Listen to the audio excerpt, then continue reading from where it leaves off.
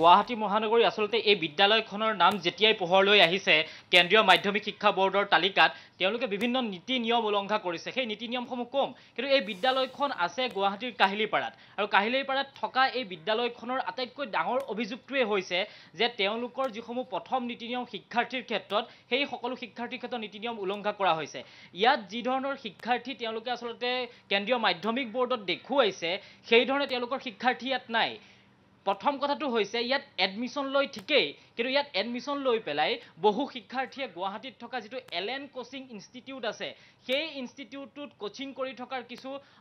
অভিযোগ আছে বা সেই কথা পোহৰলৈ আহিছে যে এইখন বিদ্যালয়ত এডমিশন লৈ ঠিকই বহুত দামী দামী ঘৰৰ ষ্টুডেণ্টে এডমিশন লয় কিন্তু এডমিশন লৈ তেওঁলোকে ইয়াত শিক্ষা গ্ৰহণ নকৰে তেওঁলোকে শিক্ষা গ্ৰহণ কৰে ক'ত তেওঁলোকে গৈ এলএনত কোচিং কৰে কিন্তু তেওঁলোকৰ ইয়াৰ পৰাই শিক্ষা গ্ৰহণৰ সেই কিছুমান তথ্য দেখুৱাই থকা হয় যিসমূহ আসলতে প্ৰকৃতাৰ্থত ভুৱা দ্বিতীয় কথাটো হৈছে কেন্দ্ৰীয় মাধ্যমিক শিক্ষা পৰিষদৰ যেতিয়া ইয়ালৈ বিষয়াসকল আহিছিল তেওঁলোকে এটা কথা প্ৰমাণ পালে যে ইয়াত ষ্টুডেণ্ট যিমান সংখ্যক তেওঁলোকে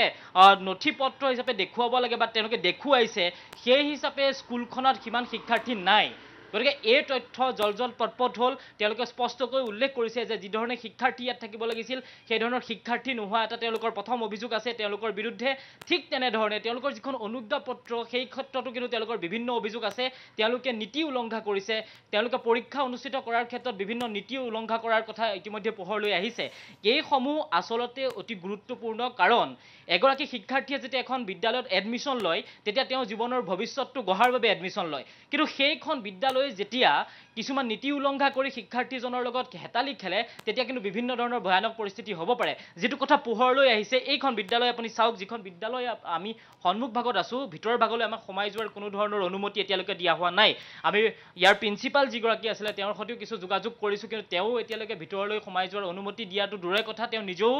আহি আমাৰ লগত কোনো ধৰণৰ বাৰ্তালাপ কৰা নাই বা তেওঁ কোনো ধৰণৰ কথা জনোৱা নাই কাৰণ জনাব কেনেকৈ কালিৰ তাৰিখত যি ধৰণৰ এটা নটিফিকেশন ওলাল যে কেন্দ্ৰীয় মাধ্যমিক শিক্ষা পৰিষদে যি ধৰণৰ আসলতে নটিফিকেশন দিলে যে এই বিদ্যালয়খন 2000 চনত স্থাপিত হোৱা ঠিকই আছিল ইয়াত শিক্ষাৰ্থী যিমান থাকিব লাগে সেই ধৰণৰ শিক্ষাৰ্থী নহয় ইয়াত এডমিশন লৈ ঠিকই কিন্তু ইয়াৰ এডমিশন লোৱাৰ পৰৱৰ্তী সময়ছোৱাত গৈ যেতিয়া গুৱাহাটীৰ নামি দামী কোচিং ইনষ্টিটিউটত তেওঁলোকে শিক্ষা গ্ৰহণ কৰি থাকে কিন্তু দেখুৱাই শিক্ষা গ্ৰহণ কৰাটো ইয়াৰ পৰাই এইখন স্কুলৰ পৰাই গতিকে এই স্কুলখন আৰু গুৱাহাটীৰ নামি দামী যিসমূহ আসলতে কোচিং ইনষ্টিটিউট আছে বিশেষকৈ এলএনৰ নাম পোহৰলৈ আহিছে গতিকে এইসমূহ ইনষ্টিটিউটৰ সৈতে তেওঁলোকৰ যে এটা গোপন মেটেৰিয়ালি আছে শিক্ষাৰ নামত যে এটা ব্যৱসায় চলাই আহিছে সেই কথাটো কিন্তু জলজল পটপট হৈ গৈছে আৰু কালিৰ তাৰিখত যিখন আসলতে নটিফিকেশন ওলাইছে দেশৰ 20খন বিদ্যালয়ৰ কথা কোৱা হৈছে অসমৰ দুখনকৈ বিশেষকৈ বিদ্যালয়ৰ নাম ইয়াত পোহৰলৈ আহিছে আৰু যি দুখন বিদ্যালয় আসলতে